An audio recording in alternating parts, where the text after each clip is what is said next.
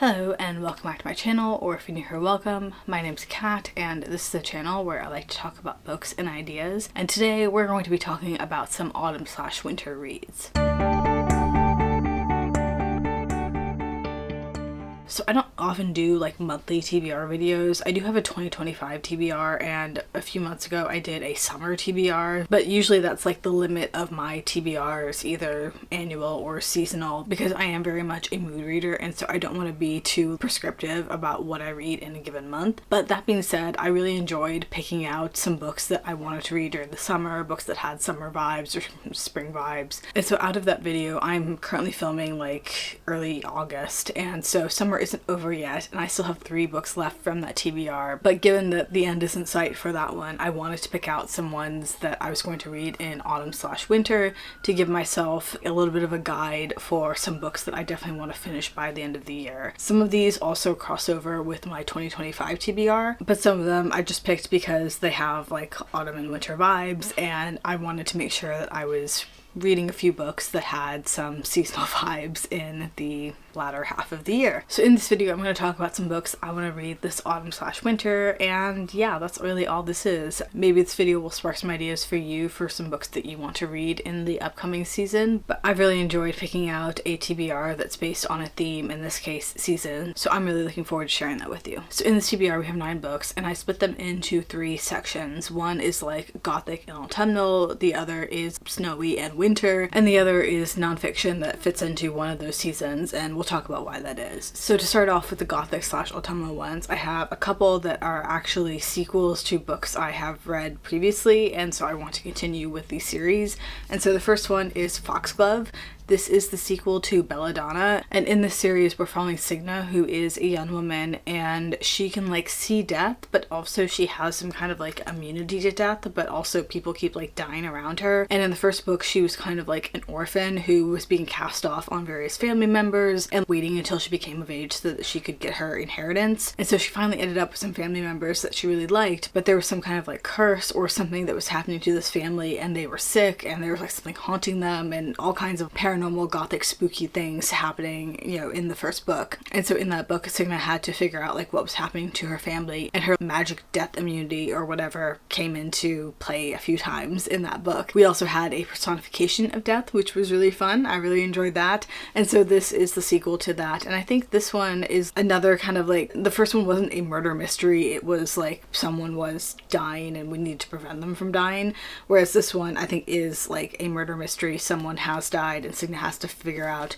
who killed them, and we have a personification of death as well as a personification of fate, I believe. It definitely had some like gothic spooky autumnal vibes in the first one, and I imagine it will carry on into this one. So yeah, I'm looking forward to reading this. I really want to continue on with the series because it has finished now, and so all 3 books in this trilogy are out, and so I want to continue on and finish this off because it was a good time in the first one, so I'm looking forward to seeing where it goes in the next. Our next one in the gothic/autumnal category is another sequel to a series that I'm currently reading, and that is The Hemlock Queen, which is a sequel to The Foxglove King. And in this we're following our main character Lore, who was like a drug runner in this fantasy city, but she also has some kind of necromancy death magic, and she gets discovered at some point, you know, for having this magic, which is like forbidden for all but the priesthood in this fantasy world.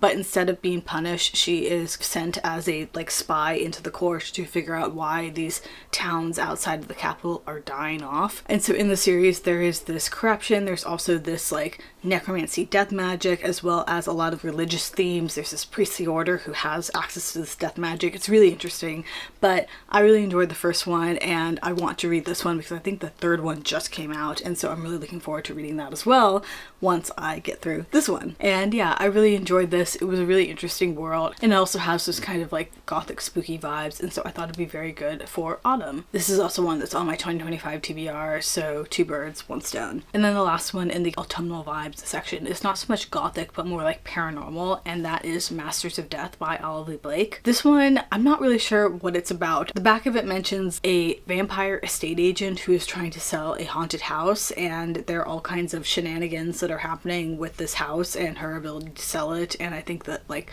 there are some other supernatural paranormal kind of creatures involved here. So yeah, I don't really know like much about the setup of this this book other than that, but I have read 2 books by this author recently that I've really, really enjoyed, and I've heard some people say that this is their favorite out of like all this author has done, and so I'm really hoping that I like this one. I think it's going to be a good time, and like just from the cover alone, it definitely has like those Halloween vibes, and so I'm really looking forward to this as like a good paranormal book. So yeah, that is that for the Autumn Gothic paranormal Halloween-y section. The next section that we have is more fantasy that is kind of like wintry / snowy vibes. So I have 3 more books for this one as well, and the first of them is Upon a Frosted Star. This is, according to the description, a crossover between The Great Gatsby and Swan Lake, so I'm interested to see how those 2 things merge. I think that the kind of premise of this is that our main character gets an invitation to this super exclusive annual holiday party, and at some point, either during the party or like in a related time or something, he discovers a manor full of these imprisoned women who presumably are gonna like turn into swans or something. I'm not really sure, but I have read another book by this author. It was Midnight Neverwood, that was based on the Nutcracker, and I really, really enjoyed that. I really enjoyed the way that she wrote that and the descriptions that she had in there, which were very atmospheric for like the vibes of the Nutcracker. And so I'm hoping that this will be similar for Swan Lake. I'm looking for a kind of like lush, enchanted, snowy world, and I think this will give it to me. So I'm really looking forward to this one. This has been sitting on my shelf for a while. I meant to, I think, read it last year around the winter time, but I didn't end up doing that, so I want to definitely get to it this year because I've really been looking forward to it, and I enjoyed this author's writing in the past, and so I hope that I will like this one as well. And so speaking of books that are based on ballets, we have Kingdom of Sweets, which is a kind of like dark Nutcracker retelling. So the back of the book doesn't give too much description about what direction this goes in terms of Nutcracker retelling, but it seems to follow the basic plot of the Nutcracker,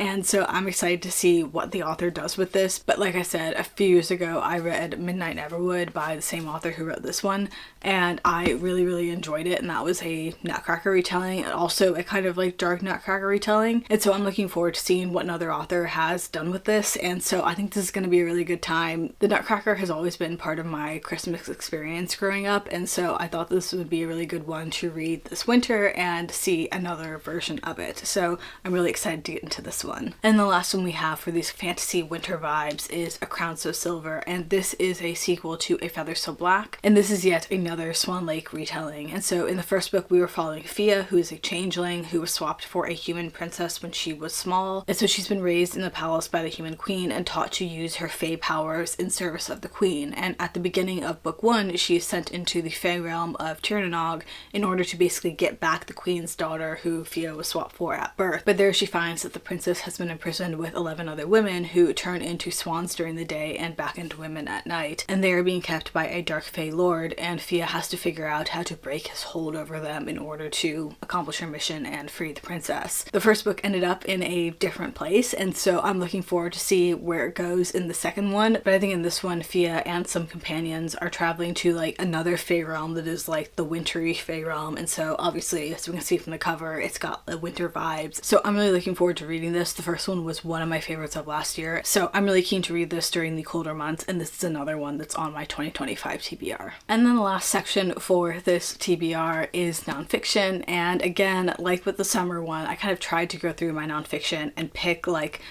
books that made sense for the seasons, and it's hard because nonfiction usually isn't about like a certain season necessarily, but I found 3 that I think work with the vibes. And so the first one is Fear, and this is, the subtitle is An Alternative History of the World, and so I think it's kind of like a history of the world through the lens of fear and how fear has shaped history. So I think this is going to be really good. I think it's going to be very appropriate for sort of Halloween time, which is all about celebrating things that scare us, and so I'm definitely looking forward to reading this autumn. The penultimate book in this TBR is one that I think could probably fit for like any season. I think I might be associating it with autumn because I am associating it with like pirates, even though I'm not actually sure if like pirates were a part of the story. But the second nonfiction book I'm going to read for this TBR is The Wager, and so the subtitle of this is A Tale of Shipwreck, Mutiny, and Murder. And so this is obviously a true story about a ship that washed up on the coast somewhere in like South America, and there had been a mutiny, and so it's all about like what happened there. And I think that this is told in a kind of narrative format, so while it is nonfiction, it's a little bit more accessible in terms of history because it's easier to follow because it is a narrative format. I've heard really good things about this book, and so I'm very excited to read it, and I thought that like the kind of like stormy seas and stuff had good autumn vibes, even though I think that that's probably also like a summer thing. But anyway, I'm gonna read it in autumn and I'm really looking forward to it. This has been on my TBR basically since it came out, and so I'm very excited to get to it. And then the last book, which I think definitely meets the kind of like snowy winter vibes, despite the fact that it's probably snowy in this part of the world during all seasons, is Sherpa. And so this is Stories of Life and Death from the Guardians of Everest. And so this is obviously about Sherpas. On the back it says, changing the narrative of mountaineering books, Sherpa focuses on the people who live and work on the roof of the world. Amid all the foreign adventurers who throng Nepal to scale the world's highest peaks, there exists a small community of mountain people at the foothills of the Himalayas. Sherpa tells their story. So obviously this is about Sherpas, the people who most of the rest of the world usually associates with helping various climbers scale Everest, but I think that the overlooked part is that like they're actually, you know, doing the work as well. So I know that recently there's definitely been some like documentaries about Sherpas and the community around Everest, and I think I've watched like 1 or 2 of those, which were really, really interesting. And so I want to get like deeper into this, and I think this one was written by 2 people from that community, so I'm really looking forward to reading this one. And so obviously it like takes place on Everest in the Himalayas, and so even during the summer months, snow and cold and whatever. So I think this is going to be a good one for the winter vibes, and so I'm very much looking forward to getting into this one. So those are all the books that I have for this autumn/winter TBR, and if you have any autumn/winter reads that you would either recommend or that you're planning to read, feel free to shout them out down in the comments. I hope you liked this video. If you did, please like, and if you'd like to see more from me in the future, please subscribe. I hope you're having a great day wherever you are, and I hope to see you in my next video. Thanks very much. Bye.